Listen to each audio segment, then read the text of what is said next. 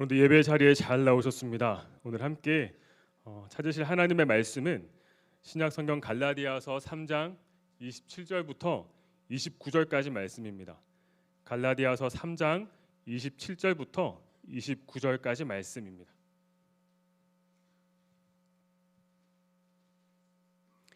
우리 한 목소리로 합독하시겠습니다. 시작. 누구든지 그리스도와 합하기 위하여 세례를 받은 자는 그리스도로 옷 입었느니라. 너희는 유대인이나 헬라인이나 종이나 자유인이나 남자나 여자나 다 그리스도 예수 안에서 하나이니라. 너희가 그리스도의 것이면 곧 아브라함의 자손이요 약속대로 유업을 이을 자니라. 아멘. 오늘 함께 읽은 말씀을 통해서 공동체에 대해서 함께 나누려고 합니다. 우리 마하나임 구호에도 공동체라는 표현이 있죠.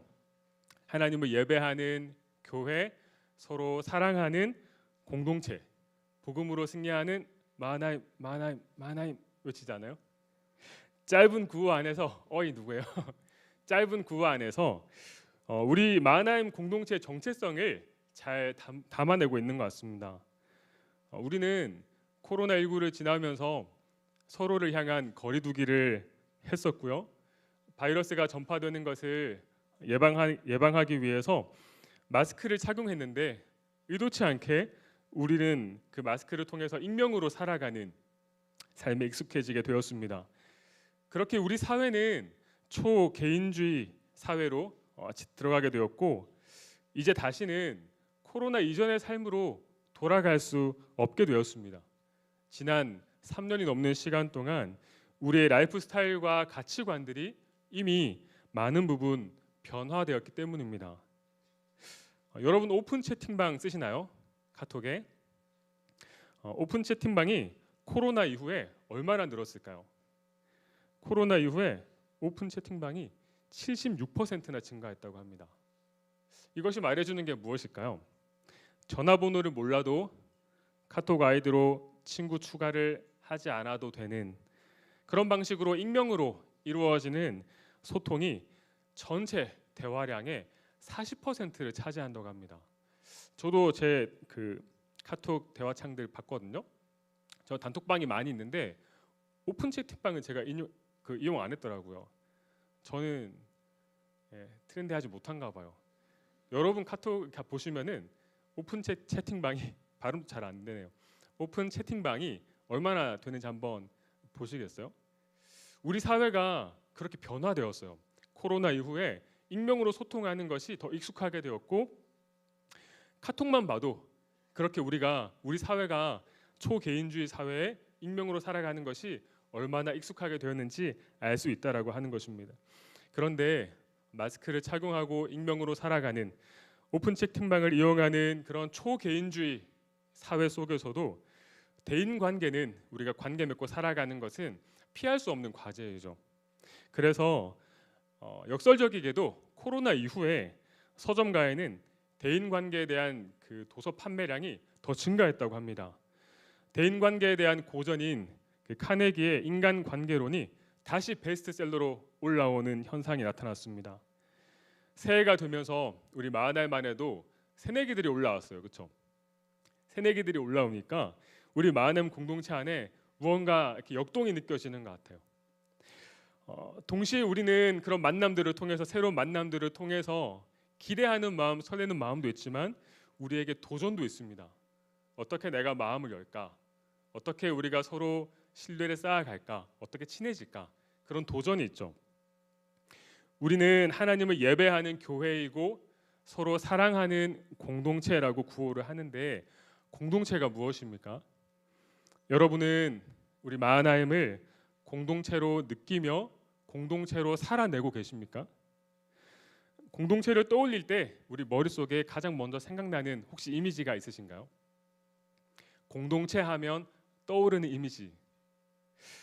저는 생각나는 것이 가족, 식구였습니다. 공동체의 사전적 정의를 찾아봐도 공동체의 정의를 이렇게 하고 있습니다. 생활이나 행동 또는 목적 따위를 같이 하는 집단이라고 하고 있고 그 첫 번째 예문이 가정은 사회를 이루는 가장 기초적인 단위의 공동체이다라고 하고 있습니다. 우리가 아는 것처럼 식구라는 그 한자는 같이 밥 먹는 입을 의미하죠. 1차적으로 함께 식사하는 사람이라는 의미입니다. 갈라디아서 2장 11절 이하에는 우리가 오늘 3장을 봤는데요. 2장 11절 이하에는 베드로가 이방인들과 함께 식사하다가 할례자들을 두려워해서 식사 자리에서 도망친 일을 기록하고 있는 내용이 있습니다. 2장 11절 이하는 이렇게 증거합니다. 게바가 안디옥에 이르렀을 때 책망받을 일이 있기로 내가 그를 대면하여 책망하였노라. 야고보에게서 온 어떤 이들이 이르기 전에 게바가 이방인과 함께 먹다가 그들이 오매 그가 할례자들을 두려워하여 떠나 물러가매. 여기서 게바는 아람어 표현이고 베드로는 그리스어 헬라식 표현입니다. 11절에 나는 바울이죠. 안디옥에서 베드로와 바울이 만났는데 바울이 베드로를 책망한 것입니다. 베드로가 이방인들과 함께 식사하고 있었는데 저 멀리서 할례자들이 오는 것을 보았습니다.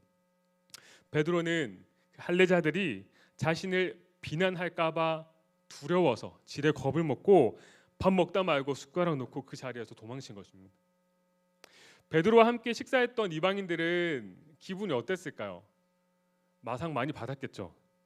밥 먹다 말고 도망쳤는데 마음에 큰 상처가 되지 않았을까요? 베드로는 분명 예수 그리스도 안에서 유대인과 이방인의 차별이 무의미한 것을 알았습니다. 예수 그리스도 안에서. 그래서 예수 그리스도 안에서 한 공동체로서 이방인들과 함께 식사 교제를 할 수 있었던 것이죠. 베드로는 그 할례자들에게 어떤 비난과 오해의 말을 듣더라도 그 식사 자리를 지켜야 했습니다.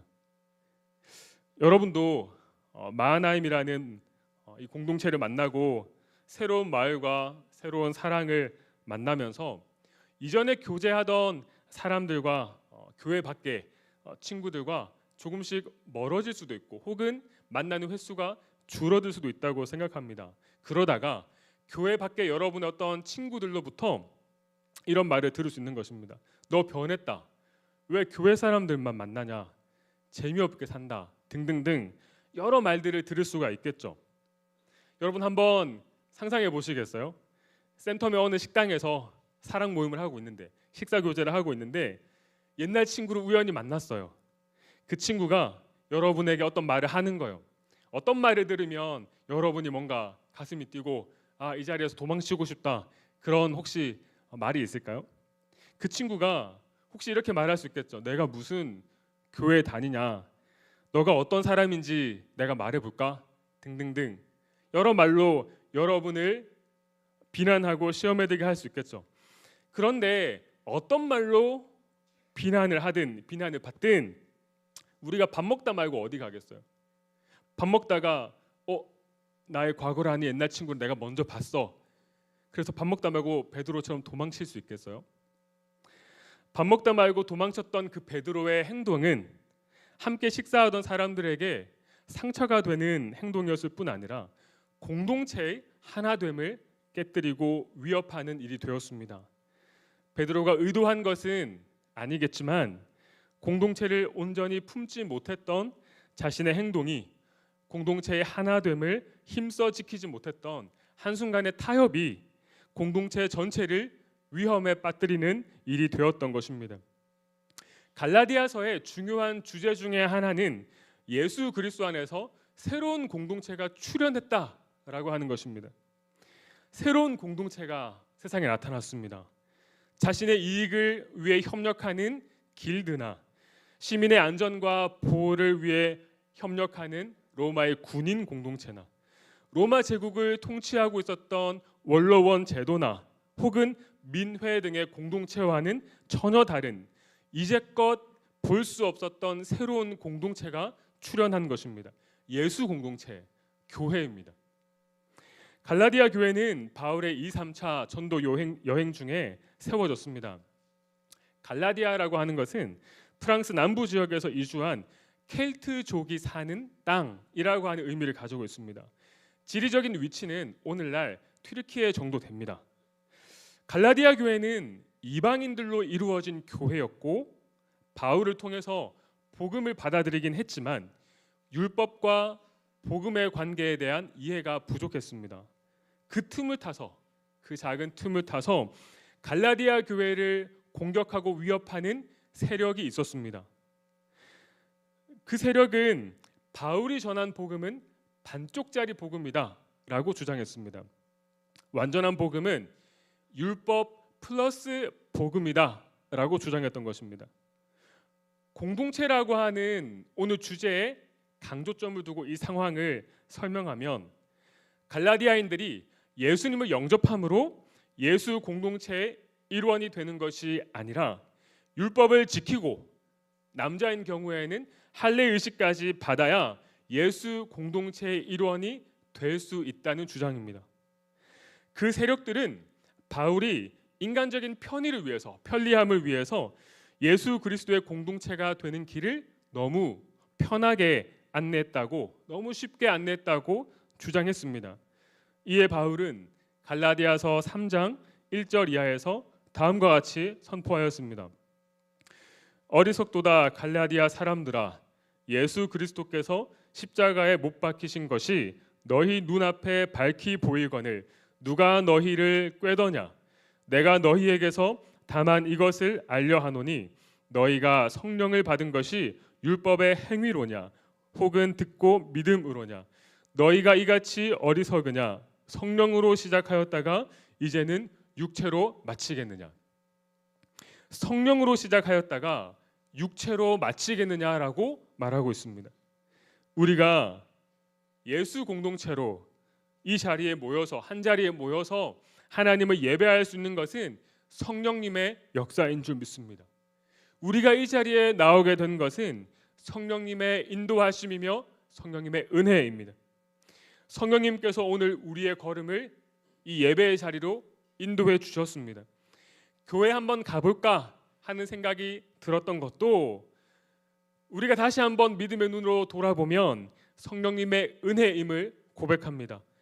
성령님께서 우리 안에 삼위 하나님을 향한 믿음을 일으켜 주시고 성령님께서 우리 안에 하나님을 향한 사랑을, 또 우리를 향하신 하나님의 사랑을 부어 주십니다. 그렇게 우리는 예배 자리에 나올 수 있고 예배를 드릴 수가 있는 것입니다. 죄와 사망 가운데 있었던 우리가 구원받은 것은 우리가 율법을 잘 지켜서 우리의 삶의 기준이 하나님을 만족시켰기 때문이 아니라 전적인 하나님의 은혜로 된 것입니다. 예수 공동체의 멤버십을 얻기 위해서, 예수 공동체의 일원이 되기 위해서 우리가 치러야 할 대가를 우리가 지불한 것이 아니라 주님께서 우리 대신 지불했습니다. 공짜는 아니었어요. 우리가 편하게 여기 와서 예배드리고 있지만 공짜가 아니었어요. 예수님께서 그 값을 대신 치르셨다는 것입니다. 주님은 십자가에서 테텔레스타이, 다 이루었다, 지불 완료라고 분명하게 선언하셨습니다. 요한복음 19장 30절은 이렇게 증거합니다. 예수께서 신 포도주를 받으신 후에 이르시되 다 이루었다 하시고 머리를 숙이니 영혼이 떠나 가시니라. 다 이루었다라고 번역된 테텔레스타이는 완료형으로 그 시제가 기록되어 있습니다. 로마 시대의 그 문화 속에서 이 표현을 다시 한번 살펴보면요, 테텔레스타이라고 하는 표현은 계약서를 작성하면서 계약이 완료되었음을, 거래가 끝났음을 표시하는, 나타내는 용어였습니다. 채무 관계에서 빚을 진 사람이 자신의 채무를 전액 상환했을 때 얼마나 기쁠까요, 그렇죠? 우리 다 지금 그런 어려움이 있지 않아요? 저도 그래요. 전액 상환했을 때 지불 완료라는 의미로 테텔레스타이라는 표현을 썼습니다. 십자가에서 예수님께서 다 이루었다, 테텔레스타이라고 선언하신 것은 단순히 예수님의 모든 사역이 이제 끝났다, 내가 내 할 일을 다 했다, 마쳤다라고 하는 의미가 아니었습니다. 십자가 뒤에 부활의 영광과 우리에게 사명을 부여해 주시는 놀라운 이야기가 그 뒤에도 이어져 있었습니다. 십자가 죽음으로 주님께서 할 일을 다 하셨다라고 하는 의미가 아니라 우리가 지불해야 할 그 대가를, 죄의 대가를 주님께서 대신 갚으셨다. 내가 계산했어 라고 하는 표현이 테텔레스타이입니다. 식당에서 누군가 우리 밥값을 대신 계산해주기만 해도 얼마나 기쁜데, 그렇죠? 주님께서 우리가 지불해야 할, 우리가 감당할 수 없었던, 도무지 우리가 지불할 수 없었던 그 죄의 대가를 대신 지불하신 것입니다. 하나님의 백성이 되기 위해서, 예수 공동체가 되기 위해서 우리가 한 일은 아무것도 없습니다. 또 우리가 할 수 있는 일도 없었습니다. 우리는 전적 무능의 상태에 있었습니다. 예수 그리스도의 공동체는 그렇게 시작되었습니다. 교회는 사람들의 취미나 관심사들을 통해서 연결되는 그런 오픈 채팅방처럼 예수님을 하나님의 아들이라고 생각하는 사람 모이세요라고 해서 모인 게 아니에요. 주일 오후 3시부터 같이 성경 공부하고 예배드릴 사람 모이세요라고 해서 모인 것이 아닙니다. 오늘 우리가 함께 주목하고 싶은 것은 교회는 우리의 노력으로 만든 공동체가 아니라 철저히 예수 그리스도로 시작된 신적 공동체라고 하는 사실입니다. 저는 단순히 새해가 되어서 우리 안에 있는 공동체 의식을 다시 깨우고, 야 우리 잘해보자, 으쌰으쌰 해보자 라고 하는 공동체에 대한 동기부여를 하기 위해서 지금 이런 말씀을 드리는 것이 아닙니다. 저는 여러분과 함께 복음을 나누고 싶습니다. 여기 일반 종교와 복음의 차이가 있습니다. 일반 종교는 종교 공동체에 들어가기 위해서, 멤버십을 얻기 위해서 일정한 기준을 만족시켜야 합니다.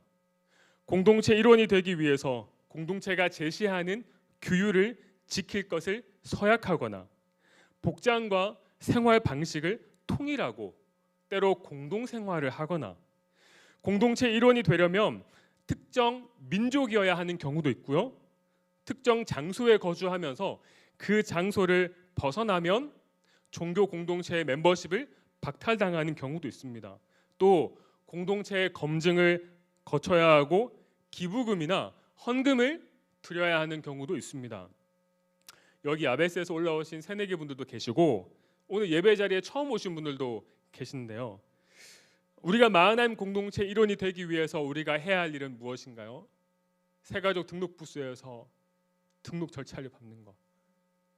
요즘 간혹 불순한 의도로 오시는 분들이 있을까 해서 우리가 개인 확인을 위해서 신분증과 대조하는 것, 그게 다죠.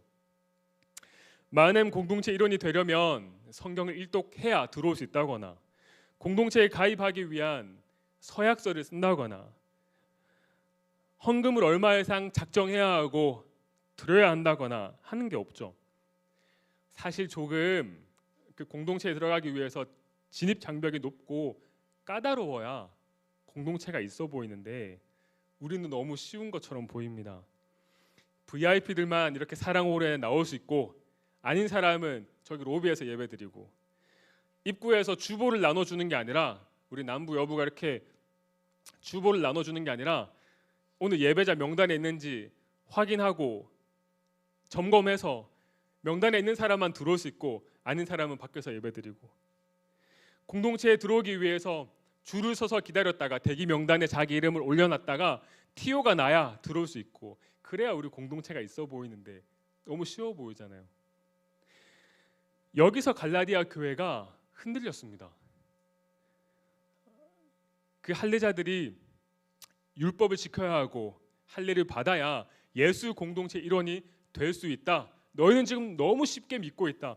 너희의 신앙생활 방식은 너무 쉬워라고 하는 것에 흔들렸습니다. 그러나 언뜻 일반 종교가 처음 우리가 보기에 처음 들어가기가 어려워 보여도 반대로 복음은 너무 쉬워 보여도 자세히 보면 일반 종교가 쉽고 복음이 어려운 것임을 발견합니다. 복음이 어려워요, 사실. 왜 그러냐? 우리의 노력으로 얻을 수 있는 멤버십이라면 처음에는 어려워 보이지만 그 기준이 높고 까다로워 보이지만 어쨌든 우리가 할 수 있는 영역입니다. 그래서 일반 종교는 어떤 VIP, 어떤 소셜 모임은 처음 들어가긴 어려워 보이지만 사실은 쉬운 것입니다. 반면 예수 공동체는 누구나 아무나 들어올 수 있는 것처럼 보이지만, 그래서 너무나 쉬워 보이지만 우리의 노력으로 예수 공동체 일원이 되는 것은 불가능하기에 어려운 것입니다. 성경 일독했으니까, 내가 헌금을 어떻게 드리고 있으니까, 내가 전도를 얼마나 했으니까, 혹은 교회를 내가 일정 기간 다녔으니까 예수 공동체에 당연히 정식 멤버십을 가지고 있을 거라 생각한다면 큰 착각입니다. 이제부터 어려운 말씀을 잠깐 드리겠습니다. 지금 이 자리에 앉아 있다고 해서 내가 당연히 예수 공동체의 일원이다라고 안일하게 생각하고 있다면 그것은 굉장히 위험한 생각입니다. 교회에서 제공하는 여러 서비스들을 당연한 듯 누리면서 내가 이 공동체의 일원이 되었기 때문에 내가 당연히 권리를 주장할 수 있고 각종 서비스를 누릴 수 있다고 생각한다면 위험한 것입니다. 우리 마하나임은 예수 공동체입니다. 단순히 사랑홀에 함께 모여 있는 것만으로 안주하지 마십시오. 단지 마을과 사랑의 여러분의 이름이 있는 것만으로 안주하지 마십시오. 지금 내가 예수 그리스도의 사람인지 진지하게 질문해 보십시오. 나는 과연 예수의 사람인가? 나는 과연 예수 그리스도의 사람인가? 만약 분명하게 이 질문에 아멘으로 대답할 수 없다면, 하나님, 저는 죄인입니다. 저를 긍휼히 여겨 주시옵소서. 주님을 제 인생의 주인으로 고백하며 주님께 제 삶을 드리기 원합니다. 저를 긍휼히 여겨 주시옵소서라고 간절한 기도를 시작할 수 있기 원합니다. 우리의 힘과 우리의 노력으로는 도무지 할 수 없지만 반드시 응답받는 기도가 있습니다. 하나님, 저를 긍휼히 여겨주세요. 하나님을 믿고 싶은데 믿어지지 않아요. 하나님의 사랑이 마음에 와닿지 않습니다. 하나님, 저를 긍휼히 여겨주세요 라는 기도에는 하나님께서 100% 응답하실 줄 믿습니다. 그러므로 여러분이 스스로 질문해보고, 나는 과연 예수의 사람인가? 나는 과연 예수 그리스도 안에 있는 사람인가? 질문했을 때 아멘으로 확실히 대답할 수 없다면, 하나님, 저를 긍휼히 여겨주시옵소서라는 기도를 오늘부터 시작하기 원합니다. 그리고 반대로 내가 이 질문에 분명하게 아멘으로 대답할 수 있다면 우리가 받은 구원이 하나님의 선물임을 고백하며 감사와 찬양과 영광을 돌려드리기를 원합니다. 갈라디아서 3장 27절은 이렇게 선포합니다. 누구든지 그리스도와 합하기 위하여 세례를 받은 자는 그리스도로 옷 입었느니라. 여기 합하기 위하여라고 하는 헬라어 표현은 어디 안으로라고 하는 표현입니다. 여러분 몸이 옷 밖에 있습니까? 옷 안에 있습니까? 너무 어려운 질문인가요? 여러분 몸이 옷 밖에 있어요? 옷 안에 있어요? 여러분이 예수 그리스도로 옷 입었다라고 하는 갈라디아서의 표현은 여러분이 예수 그리스도 안에 있다라고 하는 표현입니다. 여러분 분명히 옷 안에 있죠. 옷 밖에 있지 않죠. 주님께서 여러분을 덮어주시고 주님께서 여러분을 붙들어 주시는데, 그래서 여러분은 예수 그리스도 안에 있다라고 하는 표현입니다. 세례 의식에 참여하는 것은 예수 그리스도 안으로 들어가는 의식입니다. 예수 그리스도와의 완전한 연합, 우리가 옷과 이렇게 분리할 수 없는 것처럼 완전한 연합, 하나됨을 의미합니다. 세례 교인이 된다는 것은 단순히 교회의 정식 멤버십을, 나도 이제 성찬에 참여할 수 있다 정도의 정식 멤버십을 얻는 것 이상의 의미를 가지고 있습니다. 예수 그리스도의 사람이 되었다라고 하는 의미입니다. 오늘 본문의 역사적 배경이 되는 로마 시대에는 옷차림을 통해서 그 사람의 신분, 그 사람의 성별, 그 사람의 사회적 지위를 다 알 수 있었습니다. 로마는 엄격한 계급 사회, 신분 사회였기에 옷만 봐도 그 사람을 대충 알 수 있었던 것이죠. 예를 들어 토가라고 불리는 로마의 전통 의상은 로마의 시민권을 가진 남성들만 입을 수 있는 옷이었습니다. 그 중에 보라색 테두리가 여기 있다면 그 사람은 귀족을 나타내는 것이었습니다. 스툴라라고 불리는 의복은 결혼한 여성이 입는 옷이었습니다. 그 길이와 장식으로 그 사람의 사회적 지위와 신분을 나타내 주었습니다. 오늘 우리 공동체에 옷차림이 무슨 의미가 있습니까? 무슨 상관이 있습니까? 그렇죠? 우리는 서로를 볼 때 자연스레 외모가 먼저 눈에 들어오긴 합니다. 상대의 복장이 신경 쓰이기도 하고 반대로 내 복장이 신경 쓰이기도 합니다. 오늘 예배 자리에 나오기 전에 옷장을 열었다 닫았다 열었다 닫았다 무슨 옷을 입고 갈까 신경 쓰이기도 하죠. 그런데 정말 우리가 신경 써야 할 것은 내가 지금 입고 있는 옷이 어떠한가가 아니라 내가 예수 그리스도로 옷 입은 사람인가라고 하는 사실입니다. 주님께서 우리의 영안을 열어주셔서 우리의 눈을 열어주셔서 주일 아침 옷장을 열 때 고민하는 것이 아니라 다른 사람들의 복장을 보고 신경 쓰는 것이 아니라 내가 예수 그리스도로 옷 입은 사람인지, 나와 함께 예배에 참여하고 있는 저 친구가 예수 그리스도로 옷 입은 사람인지 그게 신경 쓰였으면 좋겠어요. 저는 여러분을 볼 때마다 그게 신경 쓰여요. 여러분이 과연 예수 그리스도로 옷 입은 사람인지, 과연 예수 그리스도 안에 있는 사람인지가 신경 쓰여요.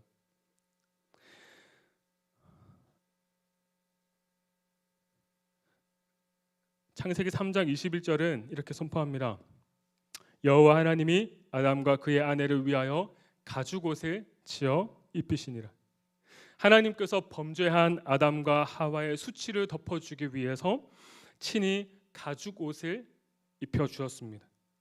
이 구절을 원시복음이라고 부릅니다.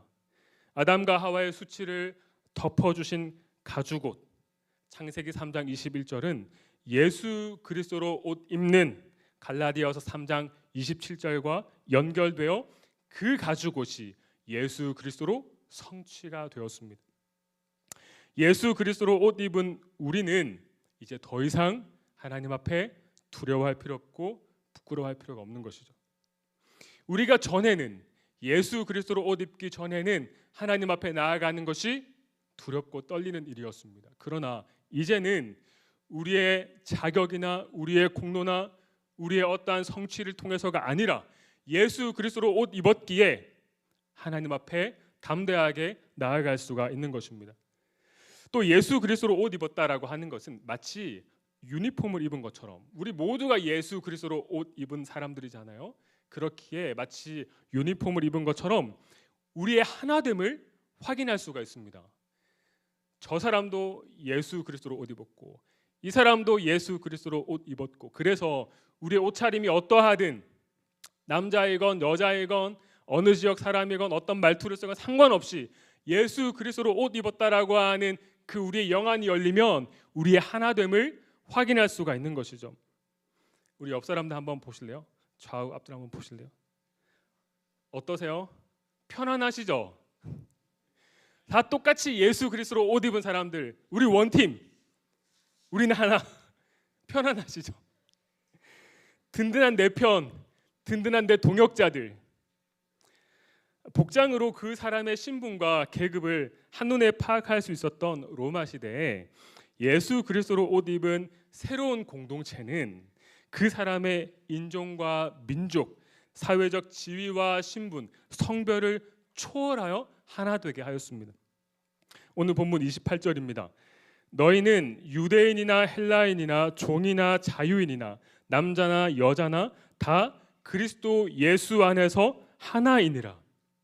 남녀의 역할의 차별이 없다는 게 아니라 남자와 여자, 헬라인과 유대인, 그 사람들의 모든 개성과 그 사람들의 특징들을 그대로 살려가면서 존중하면서 우리가 예수 그리스도 안에서 하나라고 한 사실입니다. 예수 그리스도로 우리가 옷 입었다라고 하는 것은 우리가 어디에서 무엇을 하든지 예수 그리스도와 함께한다라는 것을 의미합니다.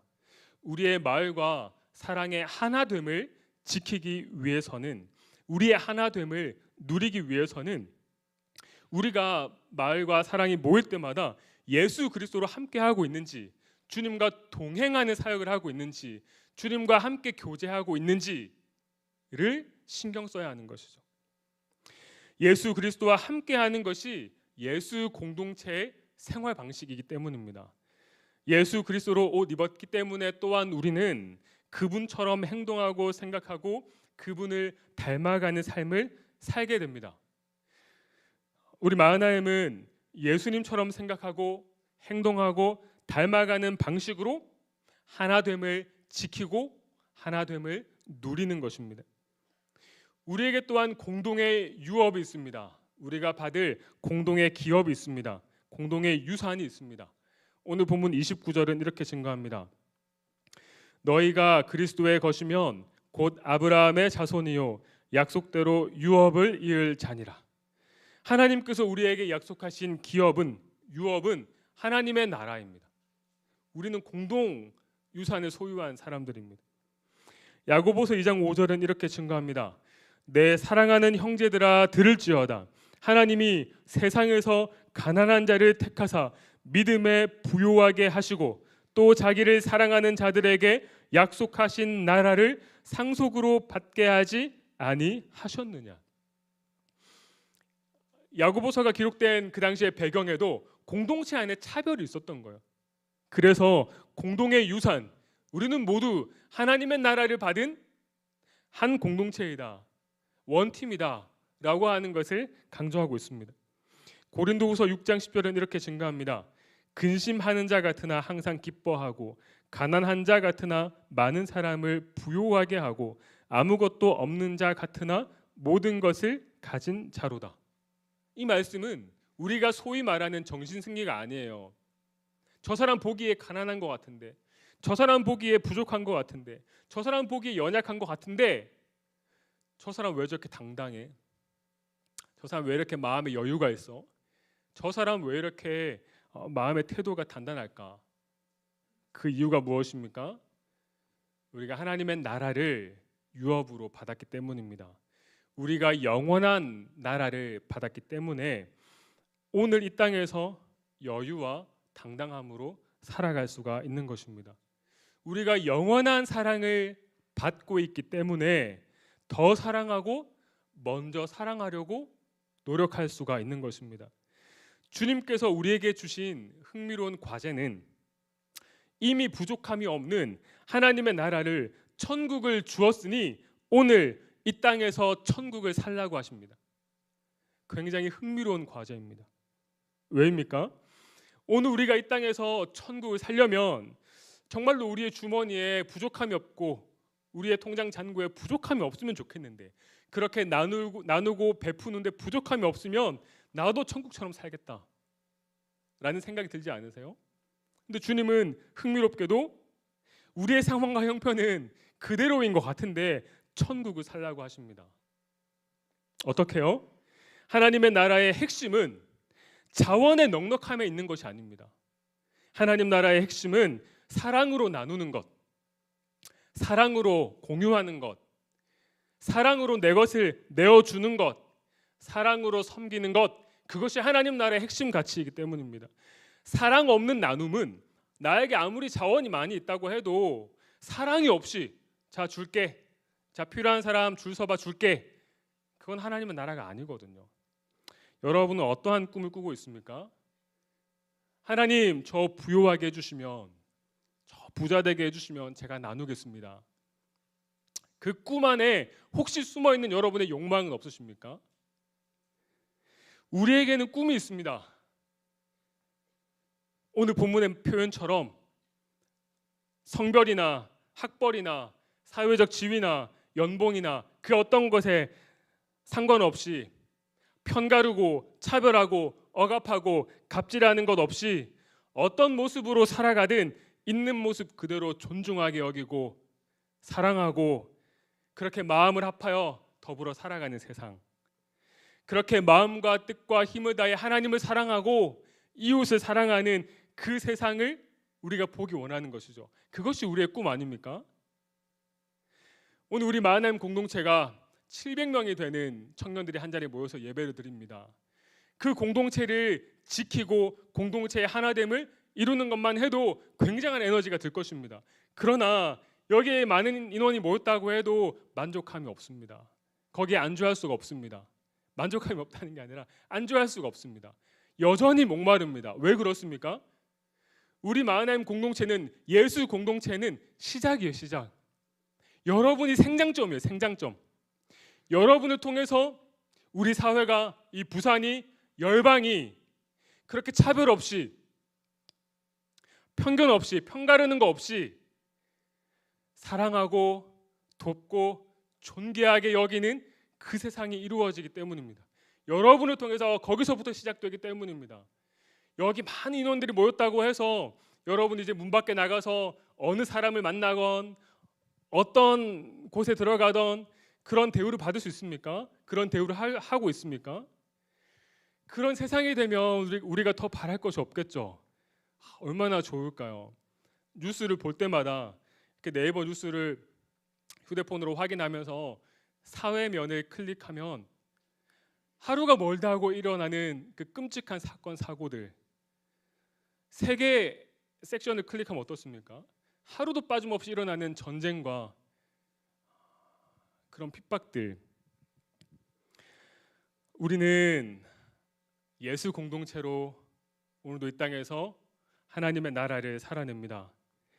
헬라인과 유대인, 종이나 자유인, 남자나 여자, 우리가 예수를 만나기 전까지 편가르고 나누고 선을 긋고 그런 방식으로 우리는 공동체 소속감을 얻었고 공동체를 살아냈습니다. 그 안에서 우리는 보호를 누릴 수가 있었고 그렇게 우리는 이익을 추구하며 살았습니다.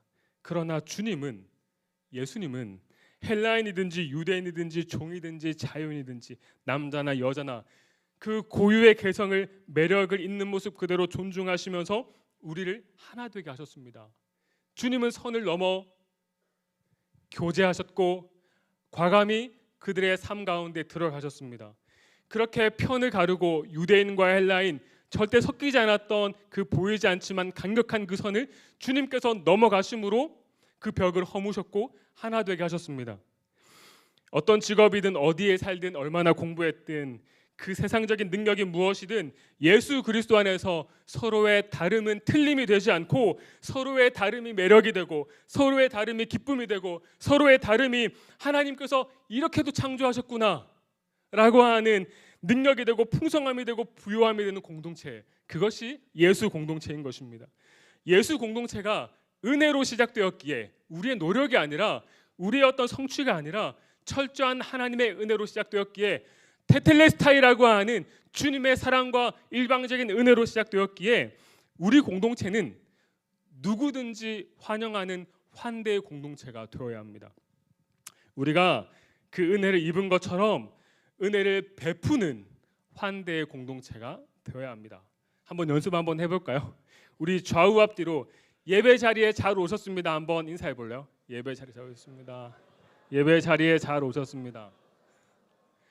아 정말 내가 잘 왔구나, 내가 오늘 안 왔으면 어떡할 뻔했지? 라고 하는 환대가 느껴질 정도, 그런 공동체가 되었으면 좋겠습니다. 예수 공동체의 삶의 방식은, 능력은 사랑입니다. 하루에 성경 한 장 읽기, 수입에 얼마 이상 헌금하기, 어려운 이웃을 위해서 사용하기, 신앙의 규범들, 율법들, 규칙들, 그런 것들은 어느 정도 우리의 노력으로 지킬 수 있지만 사랑하면 거뜬히 지킬 수 있습니다. 하루 성경 한 장 읽는 거, 리딩 지저스 하는 거, 아 너무 힘들다. 2배속으로 듣다가 3배속으로 들리지도 않는데 리딩 지저스 하기 위해서 점점 빨리, 아 다 이루었다. 그런데 사랑하면 거뜬히 할 수 있습니다. 율법은 그래서 처음에는 어려워 보이지만 사실 쉬운 거예요. 복음은 어려워 보이지만, 주님을 사랑하는 것이 어려워 보이지만 주님을 사랑하면 쉬워요. 주님을 사랑하면 넉넉히 지킬 뿐 아니라 선한 일을 사모하고 주님을 향한 타는 목마름으로 우리는 살아가게 됩니다. 사랑은 예수 공동체의 생활 방식이자 능력입니다. 주님께서 우리 가운데 그 사랑을 부어 주셔서 우리가 할 수 있는 그 이상의 사랑의 삶을 살 수 있도록 붙들어 주시는 줄 믿습니다.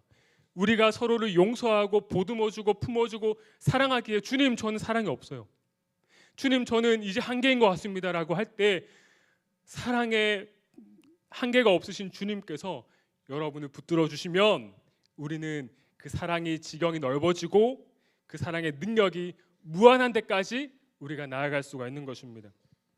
그렇게 우리 공동체 안에서부터 서로를 존귀하게 여기며 사랑으로 대하는 하나님의 나라가 힘있게 임하는 것을 보기 원합니다. 또한 우리를 통해서 우리가 속한 가정과 사회와 여러분의 일터, 우리 부산 땅을 넘어 모든 열방 가운데 하나님의 나라가 힘있게 서가는 것을 함께 보기를 원합니다. 주님께서 우리를 통해 반드시 이루실 것입니다. 우리 다 함께 일어나셔서 결단하면서 찬양하시겠습니다. 오늘 주신 말씀을 기억하며 우리가 예수 공동체로서 다시 한번 그 감사와 감격을 회복하고 그 사명 가운데 살아가기를 축복합니다.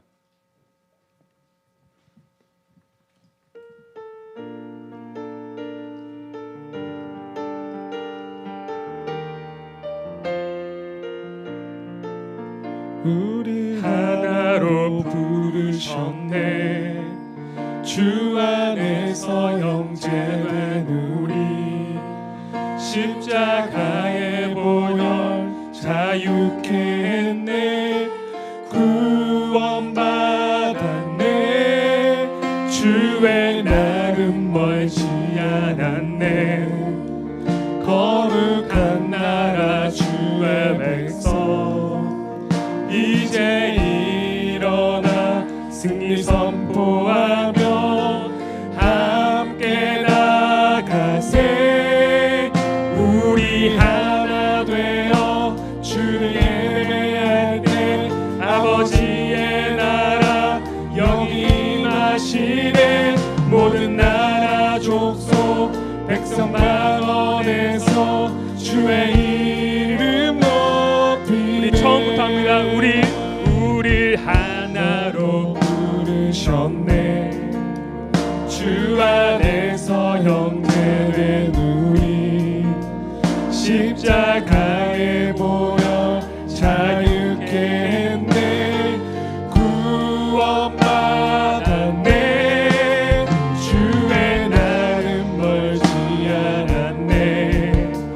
거룩한 나라 주의 백성 이제 일어나 승리 선포하며 함께 나가세.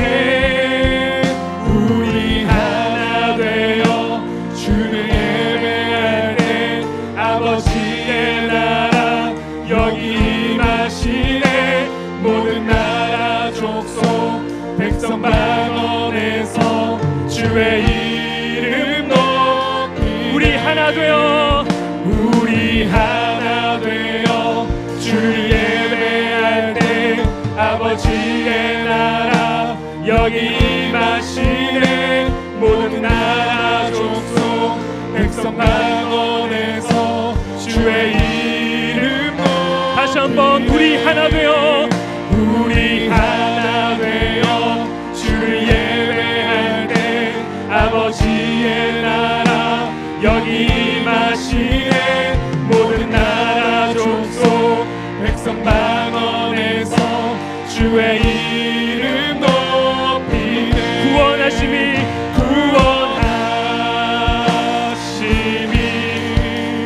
보좌에 앉으신 우리 하나님과 어린 양께 있도다. 구원하심이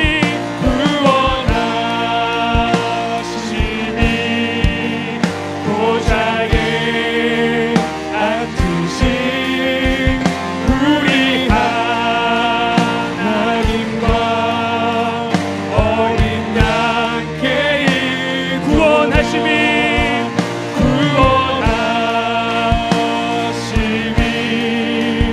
보좌에 앉으신 우리 하나님과 어린 양께 있도다. 우리 시간 기도하실 때 옆에 동성끼리 계시다면은 우리 손을 함께 잡고 기도했으면 좋겠습니다. 우리 첫 번째로 함께 기도하실 때 주신 말씀에 근거하여서 우리도 우리도 예수님께 아무런 자격 없이 조건 없이 사랑을 받았는데 왜 우리는 사랑하지 못합니까?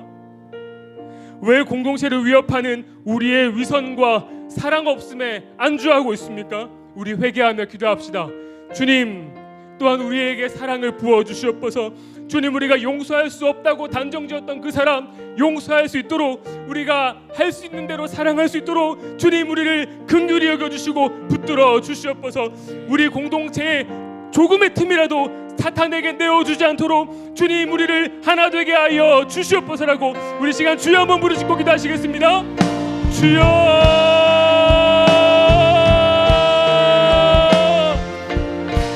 하나님 아버지 감사합니다. 우리도 도무지 다른 사람을 사랑하지 못했고, 우리도 도무지 다른 사람을 용서하지 못했고, 우리는 이익이 되지 않으면 다른 사람과 손잡지 않는 인생이었습니다. 우리가 전에는 어둠이었고, 우리가 전에는 예수 그리스도 밖에 있었고, 우리가 전에는 옷차림과 우리의 외모로 서로를 차별하고 서로를 핍박하고 서로를 언급했습니다. 그러나 하나님, 이제 예수 그리스도로 우리가 옷 입은 새로운 삶을 살게 하시니 감사합니다. 주님, 우리의 외모로 차별하지 않고 주님 우리의 다름이 틀림이 아니라 우리의 다름이 서로의 매력이 되고 우리의 다름이 부끄러움이 되고 우리의 다름이 평안 은혜가 되어 오직 하나님을 찬양하며 예배하는 복된 공동체가 되게 하여 주시옵소서. 그렇게 하나님, 우리가 용서하지 못했고 우리가 사랑하지 못했음을 하나님 앞에 정직하게 고백하며 우리가 시간 회개하며 나아가기를 원합니다. 하나님, 우리 안에 사랑이 없음을, 우리 안에 용서가 없었음을, 우리가 너무나도 마음이 급한 것으로 살았음을 회개하며 나아가오니 주님 긍휼히 여겨주시옵소서. 주님 우리 안에 사랑을 부어주시고 주님 우리 안에 말씀 부어주시고 주님 우리 안에 용서를 부어주시고 주님 우리 안에 은혜를 부어주시옵소서. 그렇게 하나님 우리가 하겠습니다. 해보겠습니다. 주님 우리를 사랑하신 것처럼 우리도 서로 사랑하며 용서하며 주님 이렇게 우리를 하나 되게 하신 복된 공동체의 복된 누움을 우리가 힘써 나아갈 수 있도록 우리를 사용하여 주시옵소서. 우리를 하나 되게 하여 주시옵소서. 주님 우리를 붙들어 주시옵소서. 하나님 아버지 감사합니다.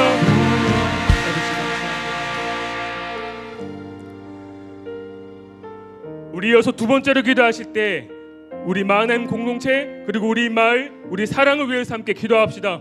주님, 우리 공동체가 모일 때마다 예수 그리스도의 은혜와 사랑으로 충만케 하여 주시옵소서.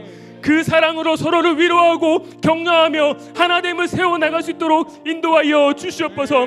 먼저 마을을 섬기고 사랑을 섬기는 우리 리더십들에게 주님의 사랑을 부어 주시옵소서. 그렇게 메말라가는 마음 가운데 주님의 마르지 않는 충만한 주님의 사랑을 부어 주시옵소서라고 우리 이 시간 다시 한번 주여 한번 부르짖고 기도하시겠습니다. 주여,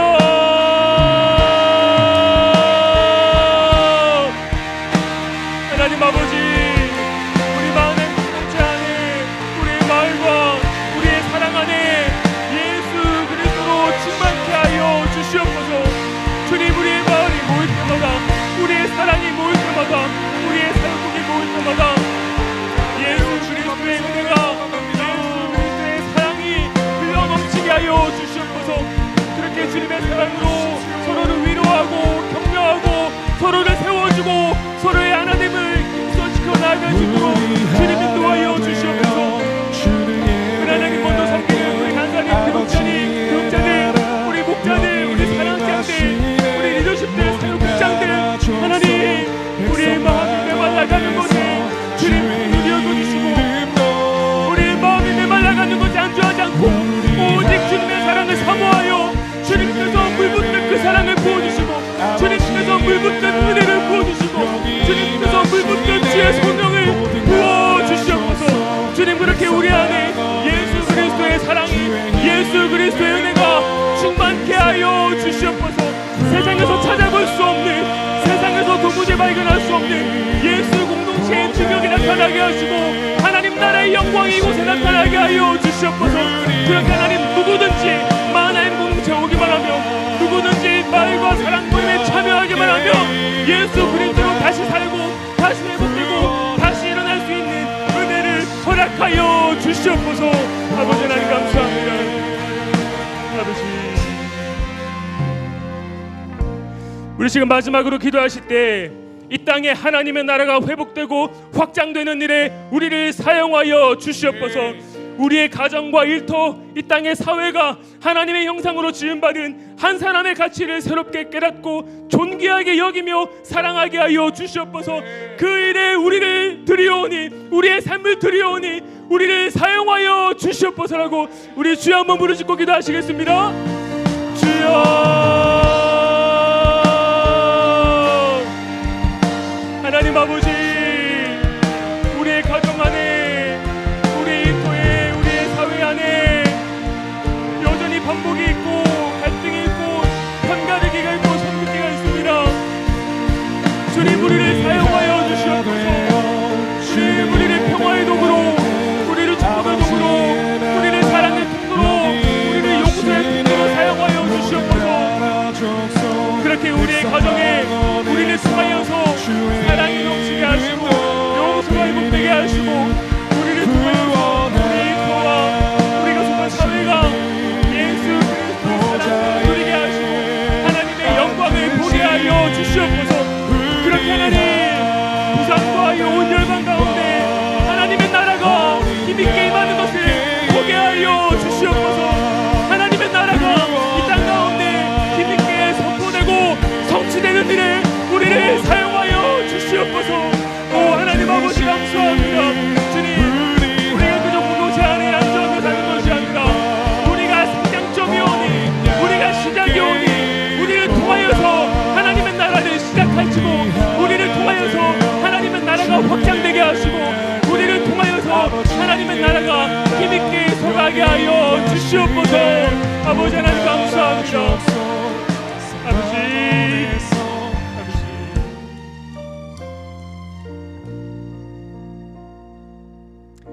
우리 잠잠히 그날을 한번 상상해 봅시다. 잠잠히 묵도하며 기도합시다. 우리 가정 안에 있던 모든 갈등, 용서하지 못했던 문제들, 우리의 일터에, 우리의 사회 안에, 온 열방 가운데 해결되지 않는 것처럼 보이는 갈등과 반목, 편가르기, 선긋기, 그 모든 벽이 예수 그리스도로 허물어지고 어떠한 형편이었든지 그 한 사람 한 사람을 하나님의 형상으로 존귀하게 여기며 사랑하는 그날, 하나님의 나라가 이 땅 가운데 충만하게 선포되고 하나님의 나라가 영광 가운데 나타나는 그날을 우리 함께 상상합시다. 그날을 고대하며 함께 묵상하며 기도합시다.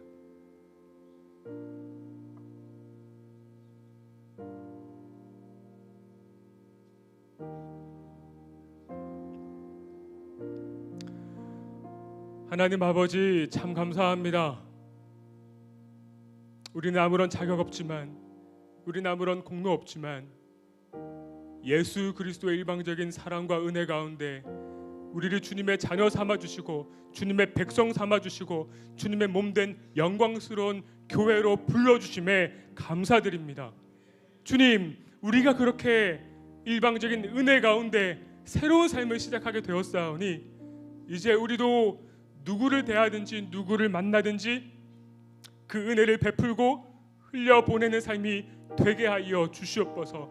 누구든지 환대하는 인생이 되게 하시고 누구든지 예수 그리스도의 사랑으로 붙들어주고 품어주는 인생이 되게 하여 주시옵소서. 주님, 메말라가는 우리의 마음을 긍휼히 여겨주시고 메말라가는 우리의 사역을 우리가 안주하지 않고 주님의 손에 내어드리오니 주님, 다시 한번 우리의 마음을, 우리의 심령을, 우리의 삶을, 우리의 사역을 붙들어 주셔서 영원히 마르지 않는 주님의 사랑으로 채워 주시옵소서. 주님의 은혜로 채워 주시옵소서.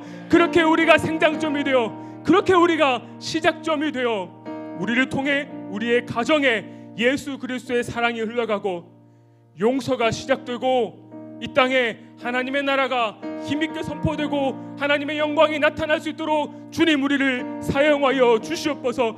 그렇게 한 주간의 삶을 주님의 손에 내어드립니다. 우리의 힘으로 하려고 했을 때 늘 실패했고 우리의 노력으로 하려고 했을 때 번번이 낙담했습니다. 하지만 하나님, 이번 한 주간 주님의 손에 우리의 삶을 내어드리오니 우리가 사랑하며 용서하며 우리가 서로의 연약함을 품어주고 돌아보는 한 주간의 삶이 되게 하시고, 그렇게 우리가 일상 가운데 하나님을 예배하며 우리가 일상 속에서 하나님의 나라를 선포하며 누릴 수 있도록 우리의 삶을 붙들어 주시옵소서. 감사드리며 예수님 이름으로 기도드립니다. 아멘. 이제는 우리를 하나로 부르신 예수 그리스도의 크신 은혜와 하나님 아버지의 무한하신 사랑하심과 우리를 하나 되게 하시고 하나님을 힘써지키게 하시는 성령님의 위로 교통하심이 이 자리에 머리 숙인 모든 주님의 자녀들과 가정과 하는 일들마다 이제로부터 영원토록 함께 있을지어다. 아멘.